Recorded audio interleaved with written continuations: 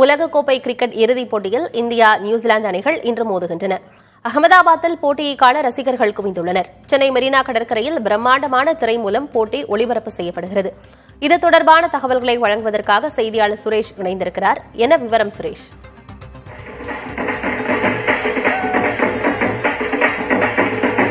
ஆனந்தி, இன்றைய தினம் இந்தியா மோதக்கூடிய நியூசிலாந்தோடு மோதக்கூடிய இந்த T20 போட்டியோட இறுதிப் போட்டி என்பது குஜராத் மாநிலம் அகமதாபாத்தில் நடைபெற உள்ளது. நரேந்திர மோடி ஸ்டேடியத்தில் நடைபெறக்கூடிய இந்த இறுதிப் போட்டியை காண்பதற்காக அந்த ஸ்டேடியத்தில் தற்போது ஆயிரக்கணக்கான ரசிகர்கள் குவிந்த வண்ணம் இருக்கிறார்கள். இந்த போட்டி இன்று இரவு 7 மணி அளவில் தொடங்க இருக்கிறது. போட்டியை காண்பதற்காக நாட்டின் பல்வேறு பகுதியிலிருந்தும் அந்த ஸ்டேடிய பகுதியில் ஏராளமான ரசிகர்கள் வருகை தந்திருக்கிறார்கள். அது ஒரு புறம் என்றால் சென்னையில் சென்னை மாநகராட்சி சார்பில் இருக்கக்கூடிய மெரினா கடற்கரையில் பிரம்மாண்டமான திரை அமைத்து இந்த இறுதிப் போட்டியை காண்பதற்கான ஏற்பாடுகள் செய்திருக்கிறார்கள். நாம் பார்த்துக் கொண்டிருக்கிறோம். மெரினா கடற்கரையில் இருக்கக்கூடிய அந்த மாற்றுத்திறனாளிகள் நடைபாதைக்கு அருகேதான் இந்த LED திரை என்பது அமைக்கப்பட்டிருக்கிறது. தற்பொழுதே 1000க்கும் மேற்பட்ட ரசிகர்கள் அந்த LED திரை முன்பாக அமர்ந்திருப்பதை பார்க்க முடிகிறது.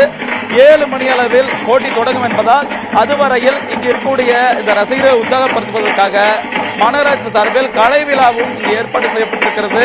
சிலம்பம், தப்பாட்டம் உள்ளிட்ட பல்வேறு கலை நிகழ்ச்சிகள் நடத்தப்பட்டு வருகின்றன. அதனை தொடர்ந்து பார்த்து உற்சாகமடைந்து வருகிறார்கள்.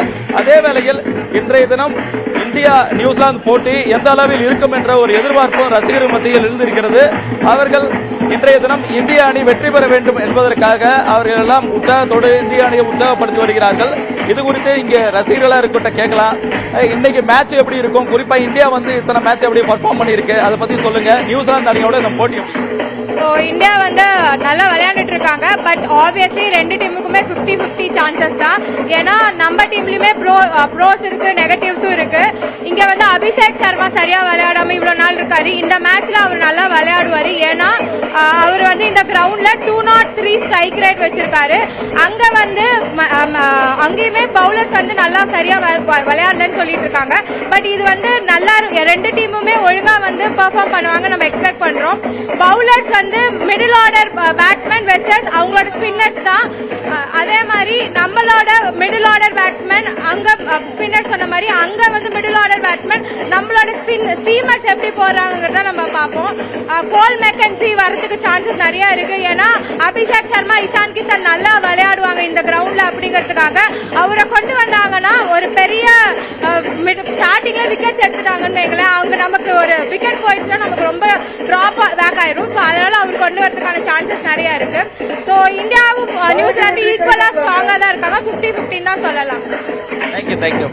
இந்திய அணி இன்னைக்கு மோதக்கூடிய அந்த இறுதிப் போட்டியில் வெற்றி பெற்று 2020 அதாவது இந்த T20 கோப்பையை கைப்பற்ற வேண்டும் என்று ரசிகர்கள் தொடர்ந்து இந்த எதிர்பார்ப்புகளை தெரிவித்த வண்ணம் இருக்கிறார்கள். அதிலும் குறிப்பாக கடந்த முறை இந்தியா தான் இந்த கோப்பையை கைப்பற்றுகிறது. மீண்டும் இந்த கோப்பையை தக்க வைக்க வேண்டும் என்று எதிர்பார்ப்பு இருக்கிறது. அதே வேளையில் நியூசிலாந்து அணியையும் குறைத்து மதிப்பிட முடியாது என தெரிவிக்கிறார்கள். ஏனென்றால் இதுவரை நடைபெற்ற போட்டிகள் மிக சிறப்பாக நியூசிலாந்து அணி தன்னுடைய விளையாட்டை வெளிப்படுத்தியிருக்கிறது, திறமைகளை வெளிப்படுத்தியிருக்கிறது. ஆகவே இன்றைய தினம் இந்த இறுதிப் போட்டி என்பது ஒரு பலமான அணிகளுக்கு இடையான போட்டியாக இருக்கும். ஆகவே ரசிகர்களுக்கு ஒரு உற்சாகம் இருந்த ஒரு போட்டியாக அமையும் என தெரிவிக்கிறார்கள். ஆனந்தி, சுரேஷ், பொதுவாகவே ஞாயிற்றுக்கிழமைகள்ல மெரினா கடற்கரையில மக்களின் கூட்டம் அதிகமாக தான் இருக்கும். இன்னைக்கு T20 இறுதிப் போட்டியும் நடக்க இருக்கு.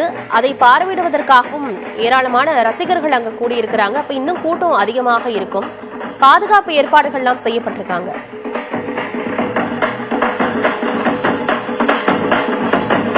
ஆனந்தி, தற்போதைய நிலையில் இங்கு பிரம்மாண்டமாக சுமார் 16 அடி உயரமும் 23 அடி நீளமும் கொண்ட இந்த LED திரை அமைக்கப்பட்டிருக்கிறது. இந்த LED திரைக்கு முன்பாக தான் தற்போது இந்த ரசிகர்கள் அமர்ந்திருக்கிறார்கள். இரவு நேரம் வரை இந்த போட்டி என்பது நடைபெறும் என்பதால் காவல்துறை பாதுகாப்பு இந்த பகுதியில் ஏற்பாடு செய்யப்பட்டிருக்கிறது.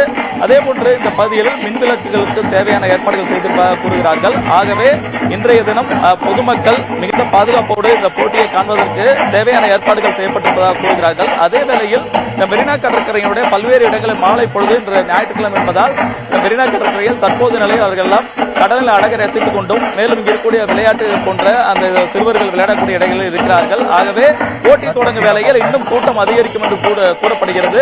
என்றால் தற்போதைய சுமார் 1000 பேர் வரை இந்த திரைக்கு முன்பாக திரண்டிருக்கிறார்கள்.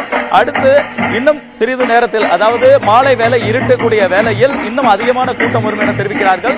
அதுவும் போட்டி என்பது தொடங்கிய பிறகு LED நேரடியாக ஒளிபரப்பு தொடங்கிய பிறகு இந்த இடத்தில் ஸ்டேடியத்தில் ரசிகர்கள், கிரிக்கெட் ரசிகர்களும் பொதுமக்களும் அதிகமாக திரள்வார்கள். ஆகவே இன்னும் கூடுதல் போலீசாரை ஏற்பாடு செய்ய வேண்டிய தேவை இருப்பதாக தெரிவிக்கிறார்கள். நாம் பார்த்துக் கொண்டிருக்கிறோம்.